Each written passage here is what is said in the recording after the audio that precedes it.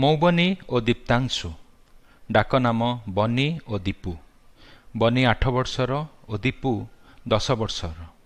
ସେମାନଙ୍କ ଘର ପାଖାପାଖି ଥିଲା। ସ୍କୁଲରୁ ଫେରିଲେ ସେମାନଙ୍କୁ ଆଉ ଧରି ରଖି ହୁଏ ନା। କିଛି ବି ଖେଳିବେ ସେଇ ଛୋଟ ପଡ଼ିଆରେ। ଖେଳର କ'ଣ ଶେଷ ଅଛି? ବହୁତ ପ୍ରକାରର ଖେଳ ଖେଳୁଥାନ୍ତି।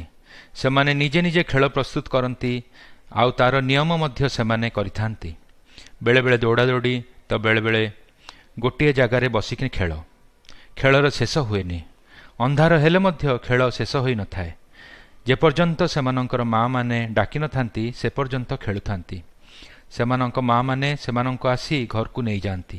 ସେହି ସମୟରେ ଦୁହେଁ ଦୁଇ ଜଣଙ୍କୁ ବିଦାୟର ସମ୍ଭାଷଣ ଦିଅନ୍ତି ଏବଂ କାଲି ପୁଣି ଥରେ ଦେଖାହେବ ସେହି ପ୍ରତିଶ୍ରୁତି ଦେଇ ନିଜ ନିଜ ଗୃହକୁ ଫେରିଥାନ୍ତି।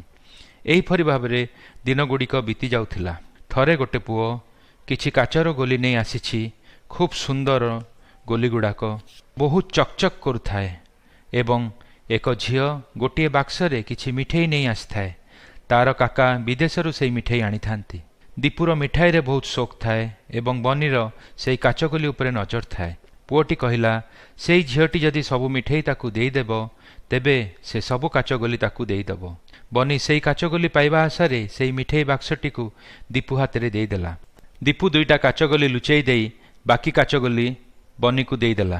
ବନି ନିଶ୍ଚିନ୍ତରେ ଶୋଇଲା କାରଣ ସେ ସମସ୍ତ ମିଠେଇ ବଦଳରେ କାଚଗୋଲି ପାଇଛି।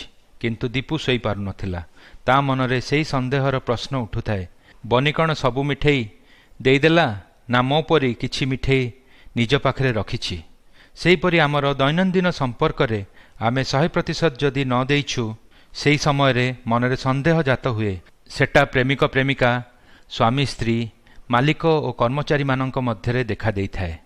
ସେ ଯାହା ହେଉନା କାହିଁକି ବର୍ତ୍ତମାନ ମଧ୍ୟ ସମୟ ଅଛି। ସମ୍ପୂର୍ଣ୍ଣ ଜୀବନ ଈଶ୍ୱରଙ୍କୁ ସମର୍ପଣ କରନ୍ତୁ।